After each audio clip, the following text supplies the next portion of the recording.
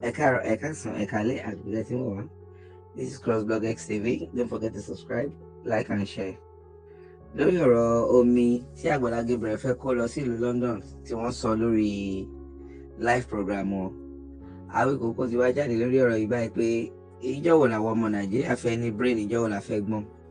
Ṣèbí ọ̀rọ̀ iṣẹ́ bá rántí níwọ̀nba ìpẹ́ ìsẹ́yìn orí ọ̀rọ̀ miracle water yìí náà ní very dark man àti Jeremiah mọ́tò fẹ́fẹ́ ìtàn gbéra wọn lọ sí ṣe NAFDAC ní àbí gbogbo ẹ̀. Òun náà ni Rotimi ti wá jáde báyìí o. Ó ní ṣé omi ìṣó ní NAFDAC number torí ìlú London lẹ́ ń gbé lọ. Pé báwo làwọn tó wà nílùú London tó yẹ tún máa wà nílùú London tó máa wá miracle water. Ẹ jọ̀ọ́ ẹ jẹ́ ká gbọ́ ìtókù lẹ́nu Rotimi Daniel. Eléyìí ó lágbára ó gbẹnu tán. Ẹ káàárọ̀ ẹ káàsán ìkàlẹ̀ ní gbogbo ibi tí ẹ bá ti ń wò mí káàkiri Àgbàlá jẹ́ orúkọ tèmi òye padà Rotimi Daniel sí yín náà ni. Awíkókó lójú ọlọ́rọ̀ tí bàbá alágùnbàgbọ̀ lọ́rọ̀ bá gbọ́ kí ló fẹ́ fi iṣẹ́ mọ̀ wò pé ṣé mo sùn àbí mi sùn mí tí ìrorun yẹn sùn dáadáa a sì fẹ́ ṣe live video lónìí ṣùgbọ́n wọ́n ní ọwọ́ òkè ń pẹ́ ní ìsà kéèké ni mo ṣe fẹ́ sáré ju ilé. Ó ní fídíò Agbala Gabriel kan tí mo fẹ́ jẹ́ kẹ́ ẹ sáré wò ó ṣe ṣe live video tán ni àwọn onírìnkèrindò mi káàkiri tàjọ ṣiṣẹ́ yìí torí wípé ẹnìkan kì í jẹ́ àwádé a tree cannot make a forest. Ẹ jẹ́ sáré wo fídíò yìí kí n wá yànnàná àwọn nǹkan kan torí wípé tá a bá sọ pé fàájà movement fàájà everywhere ni àdẹ̀ ní jẹ́ kó sú wa àní jẹ́ kó rẹwà ẹ̀yin ò ní gbọ́ àwagun ò ní gbà àgbàrá yín ò lóhùn ò ní léwu onílé tiwa ni ò ní gbà. Ẹ jẹ́ sáré wo fídíò yìí mò ń padà bọ̀ ẹ ṣé. So, by God's grace, I'm bringing anointing oil for you. Anointing oil. Gbogbo àwọn tábàjọ pàdé pátápátá, mo ń bá wọn mú anointing oil but free. I'm bringing anointing oil for you. So, máa dé sí UK ní òru ní alẹ́ òní mọ́jú àrọ́lá máa dé sí UK. So, I'm bringing this anointing oil for you and I'm bringing what at least anointing oil tó ń bá mi bọ̀ ó pọ̀ díẹ̀. So I'm going to give it to you free. The Bible says, by the vessel of anointing, yokes are broken. So I'm bringing this to the United Kingdom. I am giving you.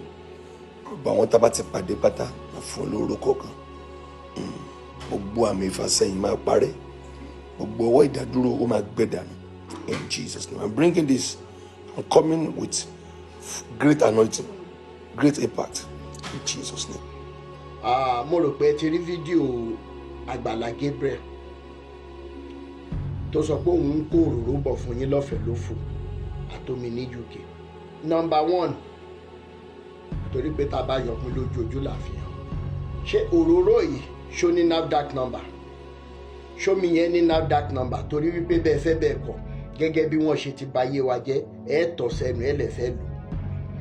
Lẹ́yìn NAFDAC number ṣé wọ́n lè fi hàn wá ibi tí wọ́n ti pọn òróró yìí bọ́n ṣe ṣe àti omi. Yes, ọ̀fẹ́ ló fò lóhùn ń gbé bọ̀ ṣùgbọ́n ẹ jẹ́ ká kọ́kọ́ lé ẹlẹ́yọ̀rọ̀ lọ́nà ká tó fàbọ̀ sórí adìẹ. Agbala Gabriel pẹ̀lẹ́ o tí ìbá pé bóyá orí Nàìjíríà tó ti burú mọ́ tilẹ̀ ìwọ Agbala Gabriel tó jẹ́ drop out tó lọ léèwé tó rí kan ṣètò ẹ̀ all of a sudden ó gbé Jésù sórí òun ta Jésù torí wípé bísínẹ́sì tó péjú ní Nàìjíríà náà ni pẹ̀lú gbogbo allegations tán fi kàn lẹ́nu ọjọ́ mẹ́ta lórí ọ̀rọ̀ Muyideen Muyideen kò rí kankan tó rí defend níbẹ̀ tí ìbá yẹ pé bóyá àwọn tó wà ní diaspora náà ó wà ní diaspora ó ti mọ iye hours tó máa ṣe ó ti mọ iye tó máa wọlé miracle wo ló tún wá apart from pé kó o lè plan rẹ̀ kó o dẹ̀ mọ̀ ṣe ju bó o ṣe yẹ lọ kó o mọ̀ sa eré léré tí ìbá yẹ pé bóyá orí wa ti nǹkan ti ṣe wá ṣó yẹ kí irú Agbala Gabriel yìí mọ̀ lóun ń bọ̀ ní UK òun ń bọ̀ wá fún yín ní prayer point. Mo béèrè ni lórí ọ̀rọ̀ religion tá à ń sọ yìí lọ́ndà Agbala Gabriel fún rẹ̀ nìbàdàn bẹ́ẹ̀ yẹn ní Nàìjíríà ẹjọ́ èèyàn mélòó ló ti lo omi èèyàn mélòó ló ti lo òróró yìí tó dẹ̀ ṣiṣẹ́ fún nǹkan tí Agbala Gabriel ló ń ṣiṣẹ́ fún. Are these products tested and trusted? Wá gbọ́ Agbala Gabriel wá lọ UK lóòótọ́ ṣùgbọ́n wàá rọ́wọ́ wa wípé a mọ̀ dúró díẹ̀ torí wípé o gbúdọ̀ confirm authenticity product tó fẹ́ lọ fáwọn èèyàn. Tó bá tún wá padà dé Nàìjíríà náà láti àsìkò ìlọsẹ̀ ìjà tí fàájà movement ń bá yín fà kì í ṣe kékeré, torí wípé a mọ̀ petition yín lórí nǹkan tẹ́ ń tà tẹ́ fi ń gbowó lọ́wọ́ àwọn èèyàn. Yóò kan Dẹ́kunlé Epaphras, yóò kan any pastor tó bá ń ta any product. Failure to be able to confirm the authenticity of intent òfin ò mọ̀ gbé yín. Kí mo sọ, òfin ò mọ̀ gbé yín. Agbala Gabriel, tó bá láwọn tó ń advice ẹ, á bẹ́tà kan tètè pè ẹ́ kó o gbọ́ níbi tó yẹ kó o ti gbọ́. Torí wípé gbogbo wa ò lè sùn ká kọjú rí síbì kan náà, a dẹ̀ lè lajú wa sílẹ̀ kí tàlùbọ̀ kó wọ̀. Enough is enough. And like I said, agbára yín ò lóhun ò ní léwó ní gbogbo ẹ̀yin tẹ́ wà ní religious sector tẹ́ ń mẹ́kọ̀wó tẹ́ ń forúkọ Jésù àti Allah mẹ́kọ̀wó yìí. Onílé tiwa náà dẹ̀ ní gbà. Mo wá ń bẹ̀ yín, mò ń rọ̀ yín gbogbo ẹ̀yin tẹ́ wà ní UK. Àwọn kan ti gbarú òróró bẹ́ẹ̀ lánàá, àwọn kan ti gbarú omi bẹ́ẹ̀ lánàá, tó jẹ́ wípé bí wọ́n dẹ̀ ṣe ń pa owó yẹn nínú òtútù nínú ooru lọ́ọ̀ yẹn, ọwọ́ ẹni tó kó òróró àtomi fún wọn, òun ni wọ́n ń da owó yẹn sí láì lè explain.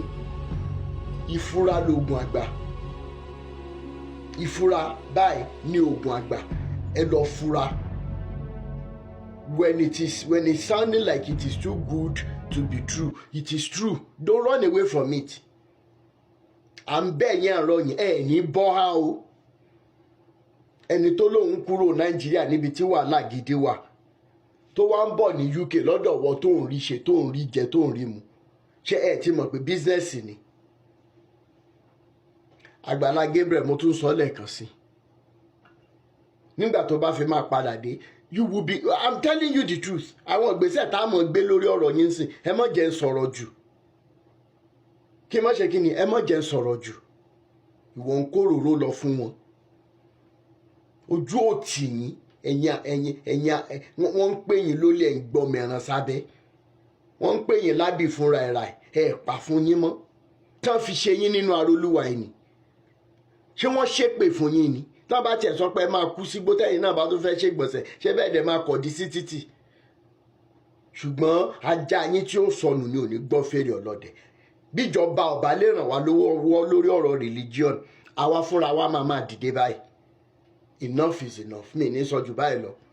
Mo lọ UK, ó padà dé. Ó dìgbà.